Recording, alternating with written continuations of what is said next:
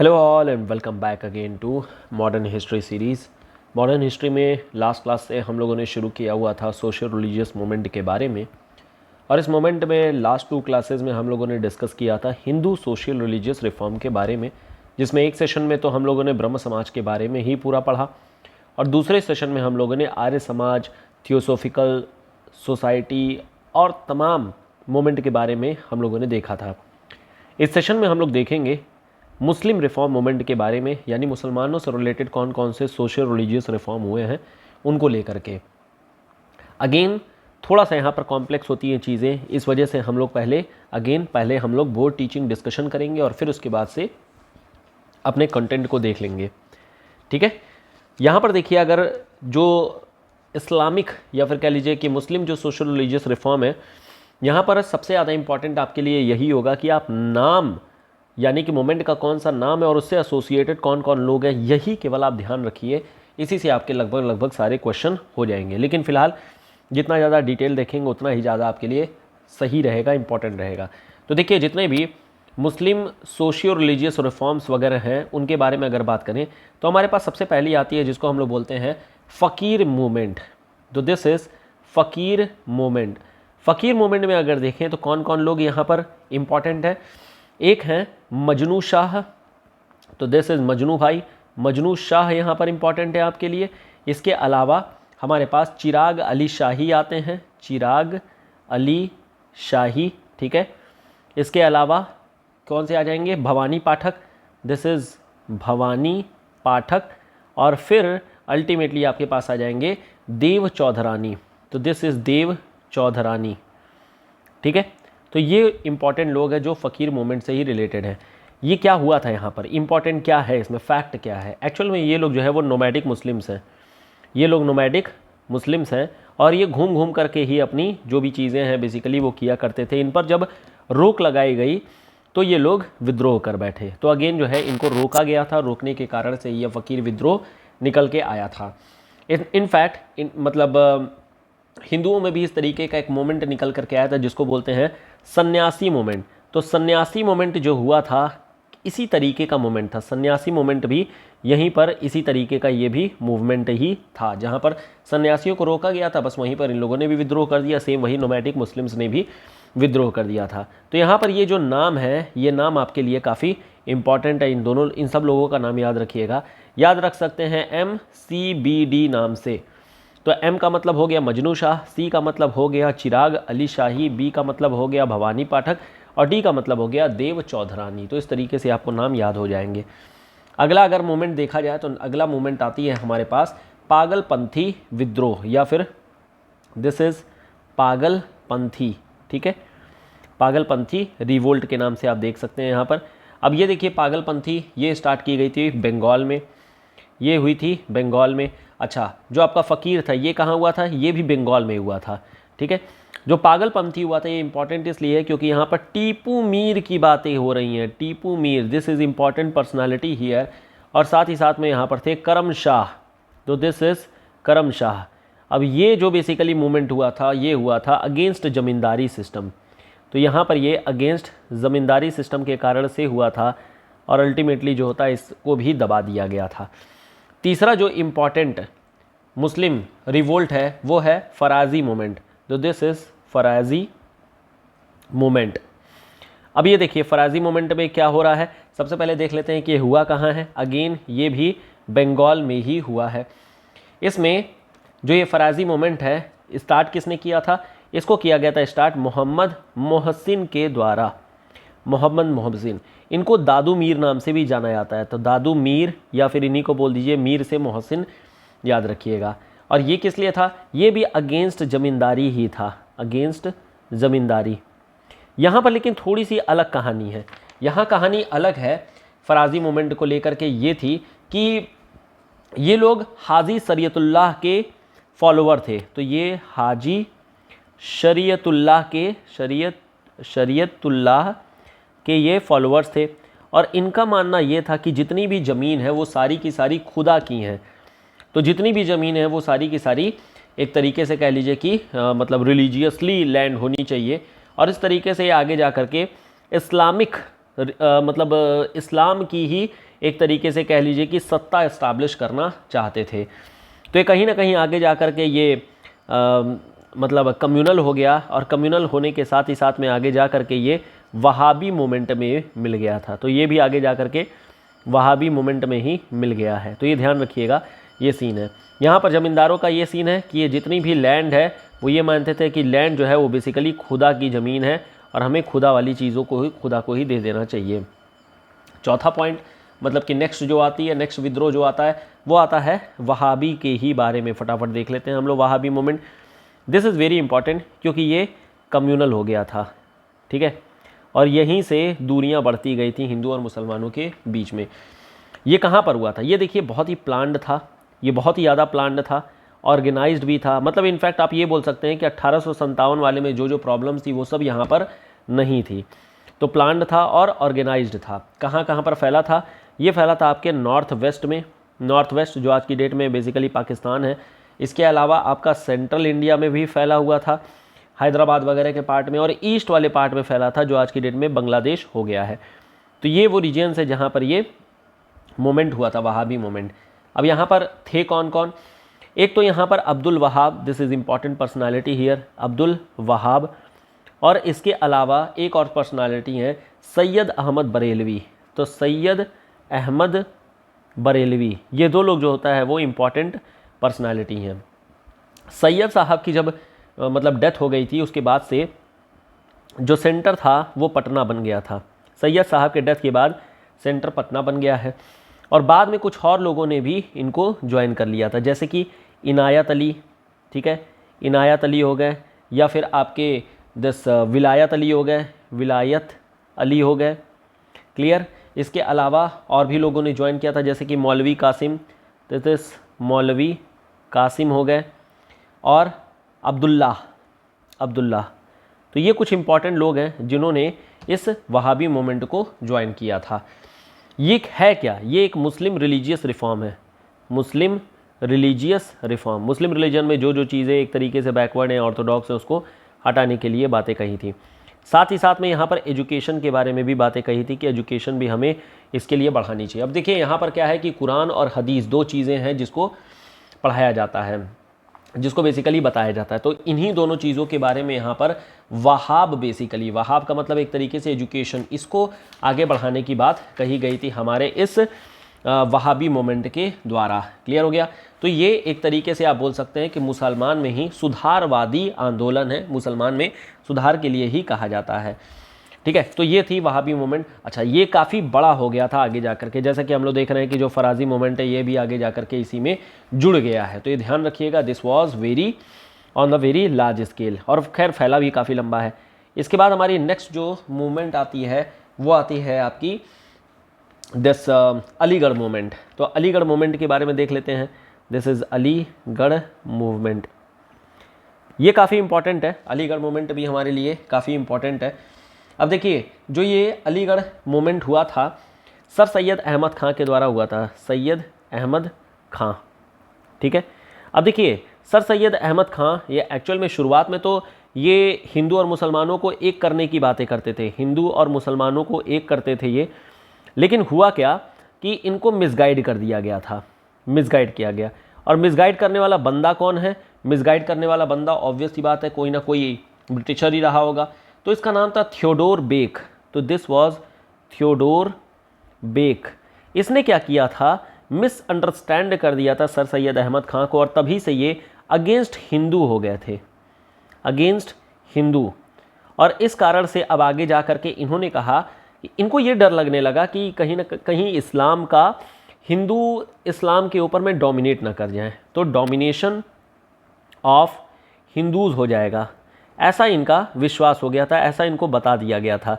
इस कारण से इन्होंने जितने भी मुस्लिम हैं, मुसलमान जितने भी हैं, इनके मॉडर्न एजुकेशन की व्यवस्था की गई। मॉडर्न एजुकेशन, इनको कहा गया कि आप इंग्लिश सीखिए, वेस्टर्न एजुकेशन में आइए।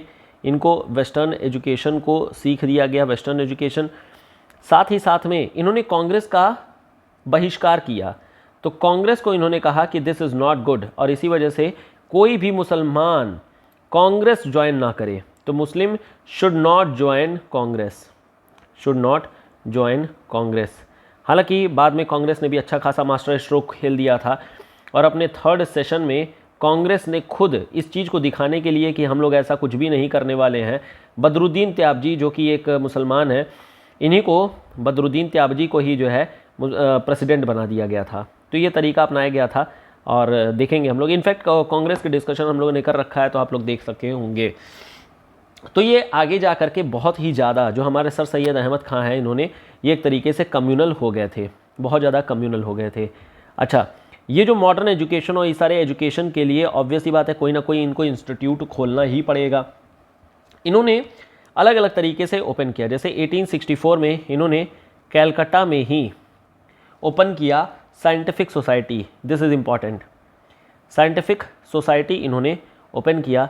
इसके साथ ही साथ में इन्होंने अलीगढ़ में इन्होंने एक 1875 में एक यूनिवर्सिटी ओपन किया जिसका नाम था, दिस इज़ अलीगढ़, यूनिवर्सिटी का नाम है अलीगढ़ एंग्लो ओरिएंटल मुस्लिम एंग्लो ओरिएंटल कॉलेज। क्लियर हो गया क्या चीज़ है?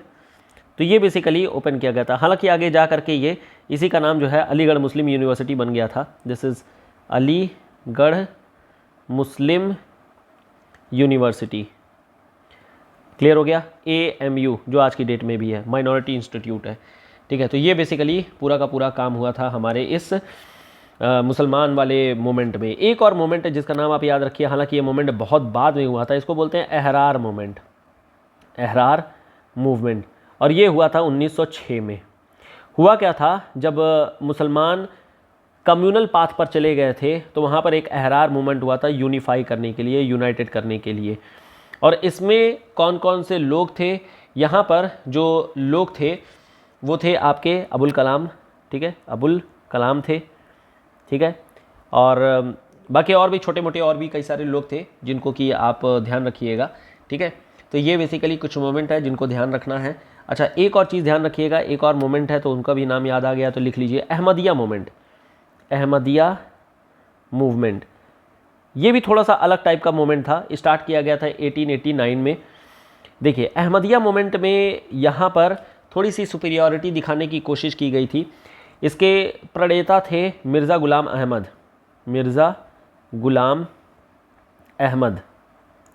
इन्होंने कहा कि देखिए, सबसे पहले धरती पर जो हिंदू के कृष्ण या फिर ईसा मसीह क्रिश्चियन के आए थे, उससे पहले हमारे इस्लाम के मसीहा आए थे। तो यहाँ पर इन्होंने मसीहा एंड महदी इनके पहले धरती पर आने की बातें कही थी। और ये एक तरीके से कादियानी संप्रदाय कहते, तो कादियानी आंदोलन भी इन्होंने स्टार्ट किया था। तो इसको कई बार कादियानी मूवमेंट के नाम से भी जाना जाता है, कादियानी मूवमेंट, ठीक है। तो ये सब छोटी मोटी चीज़ें हैं जिसको आपको ध्यान रखना चाहिए। तो ये मिर्ज़ा ग़ुलाम अहमद के द्वारा किया गया था। अच्छा, ये किया कहाँ गया था? पंजाब में। तो पंजाब ही ऑब्वियस ही बात है, यहाँ पर ये मतलब इस्लामिक एरिया था। इनका काम क्या था? मेनली इनका काम ये था एजुकेशन, मुस्लिम एजुकेशन पर ये बेसिकली बल दे रहे थे। मुस्लिम एजुकेशन को ही कहा जाता है। क्लियर हो गया क्या है? तो इनका मेन यही मुद्दा था, यही सारे काम थे, यही सारी चीज़ें इन लोगों ने बोली थी। अब जरा हम लोग फटाफट चलते हैं और इन सारे मोमेंट की चीज़ों को देख लेते हैं। एक बार फटाफट क्विक रिवीजन कर लेते हैं। सबसे पहले हम लोगों ने देखा था फ़कीर मूवमेंट के बारे में, ठीक है। फिर हम लोगों ने देखा पागलपंथी रिवोल्ट के बारे में, फिर फराजी मूवमेंट के बारे में देखा, वहाबी मूवमेंट के बारे में हम लोगों ने देखा, अलीगढ़ मूवमेंट के बारे में देखा, फिर हम लोगों ने अहरार मूवमेंट के बारे में देखा, और लास्ट में हम लोगों ने देखा है अहमदिया मूवमेंट के बारे में। तो कुल मिलाकर के 7 मूवमेंट हैं जिसको कि आपको ध्यान रखना है, ठीक है। चलिए फिर वन बाय वन करके ज़रा डिस्कस कर लेते हैं चीज़ों को। तो यहाँ पर देखिए, जो सबसे ज़्यादा इंपॉर्टेंट पर्सनालिटी है इस पूरे मुस्लिम रिफॉर्म मूवमेंट में, वो है सर सैयद अहमद खां, सैयद अहमद बरेलवी।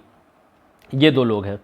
इन्होंने उत्तर प्रदेश के एरिया के और शरीयतुल्लाह बंगाल के, ये 2 लोग जो होते हैं शुरुआती दिनों में काफ़ी इंपॉर्टेंट रोल प्ले किए थे।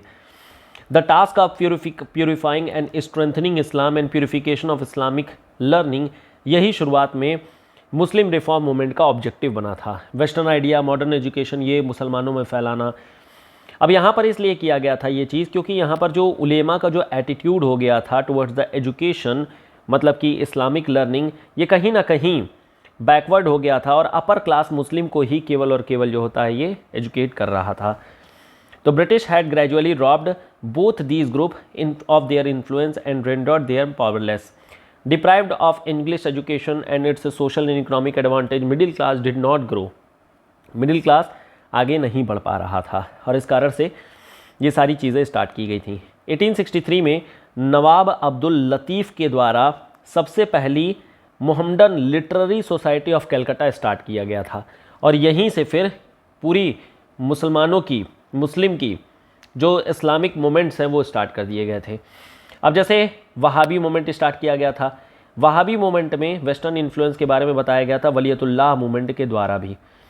ये इंस्पायर हो गई थी शाह वलियतुल्लाह के टीचिंग्स के द्वारा। अब्दुल वहाब इसको फैलाने वाले थे।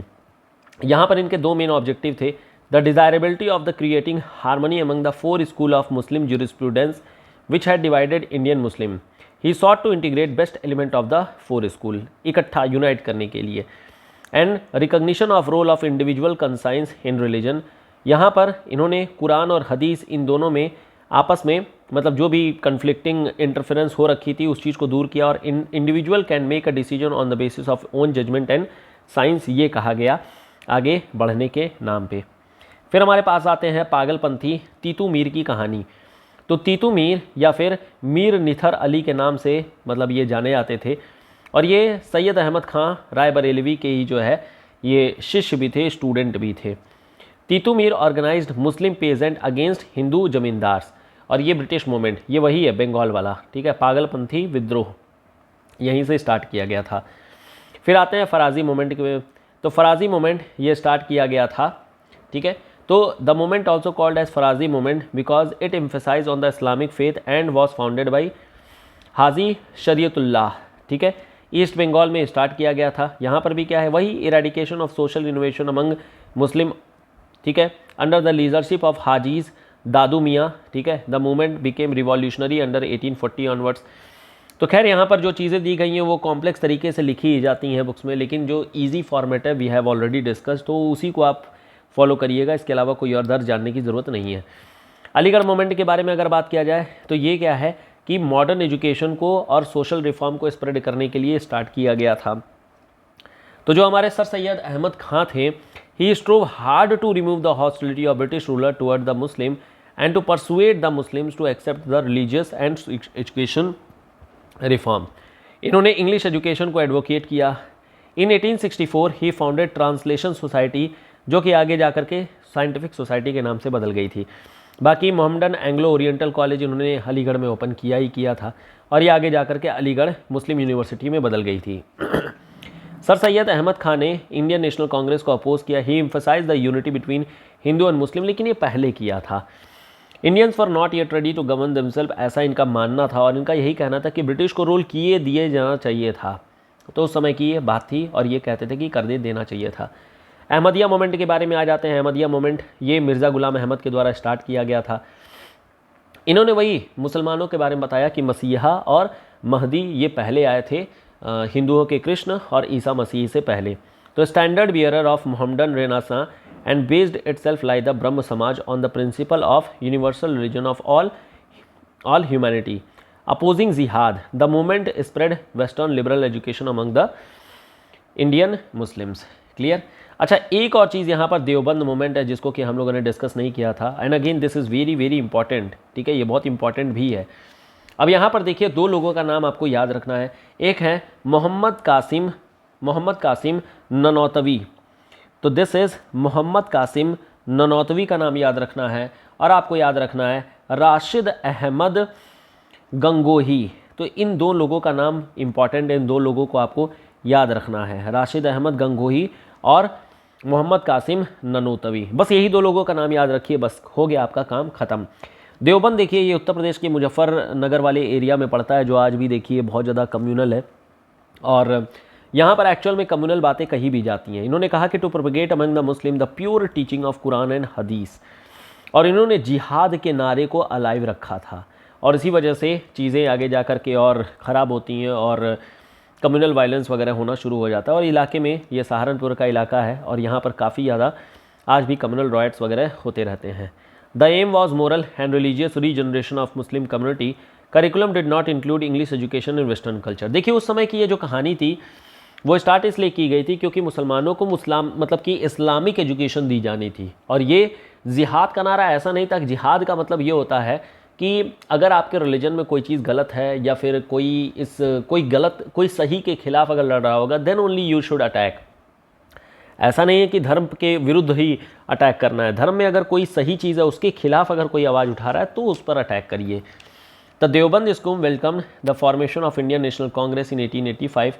1888 में देवबंद उलेमा इश्यूड ए रिलीजियस डिग्री यानी फतवा अगेंस्ट सर सैयद अहमद खां। अब देखिए सर सैयद अहमद खां जो मुसलमानों को आगे बढ़ाने के लिए लेके चल रहे थे उनके खिलाफ फतवा जारी किया गया क्योंकि वो गलत कर रहे थे और इस वजह से फतवा जारी किया गया था। ठीक है, तो यूनाइटेड पैट्रियाटिक एसोसिएशन में मोहम्मद और एंग्लो ओरिएंटल एसोसिएशन इन लोगों ने शुरू किया था। बाकी यहीं पर देवबंद के एक समर्थक थे जिनका नाम था शिवली नुमानी।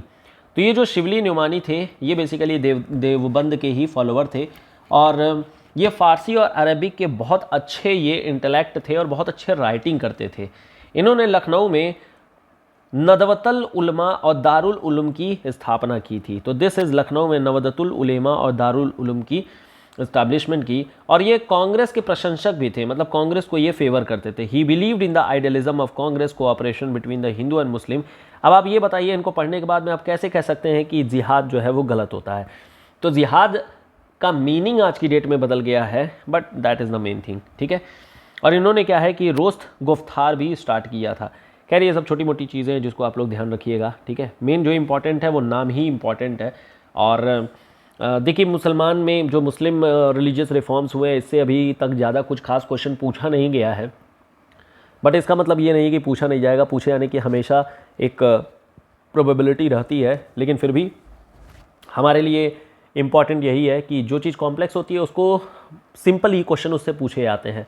तो आपको क्या करना है, बस कौन सा मोमेंट है, कहाँ पे हुआ था, इससे रिलेटेड कौन कौन सी पर्सनालिटी हैं और कुछ फैक्ट, बस इतना ही आपको ध्यान रखना होगा बस। ठीक है, 1 बाय 1 वर्ड टू वर्ड ये याद रखने की बिल्कुल भी ज़रूरत नहीं है। इसके बाद आती है अहरार मूवमेंट जो कि 1906 में हुई थी, जिसके बारे में ऑलरेडी हम लोगों ने देख लिया कि यहाँ पर कुछ नेशनलिस्ट मुस्लिम ऑफ जो पंजाब थे इनको अहरार कहा गया, जो कि ये मजलिस अहरार इस्लाम ये बनाया गया था। They were former member of the provincial branch of all India Khilafat committee. और इन्होंने क्या किया था कि जो भी कम्युनल वायलेंस वगैरह कम्युनल चीज़ें की जा रही थी उसका विरोध किया था और कहा था कि this is not good again. ठीक है, तो ये चीज़ें की गई थी अहरार मूवमेंट के द्वारा। तो ये थी पूरी की पूरी मुसलमान मूवमेंट के बारे में, इस्लामिक मूवमेंट के बारे में।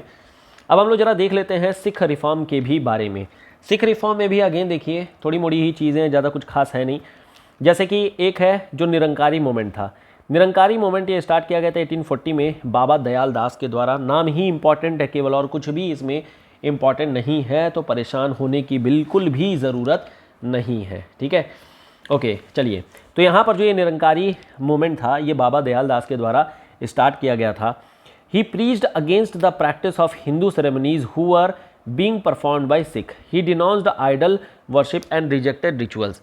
यहाँ पर मतलब इनका कुल मिलाकर के कहना यही था, निरंकार ब्रह्म की आप उपासना करिए। निरंकार ब्रह्म, निरंकार ब्रह्म का मतलब ये होता है कि देखिए जितनी भी मूर्ति पूजा वगैरह की जाती है उसके ये अगेंस्ट थे। तो ये निरंकारी फॉर्मलेस गॉड के बेसिकली प्रीचर थे और इन्होंने शब्द यानी कि जो गुरु के प्रीचिंग से उनको कहा कि उनको हमें प्रीच करना चाहिए, उनको हमें पूजा करनी चाहिए।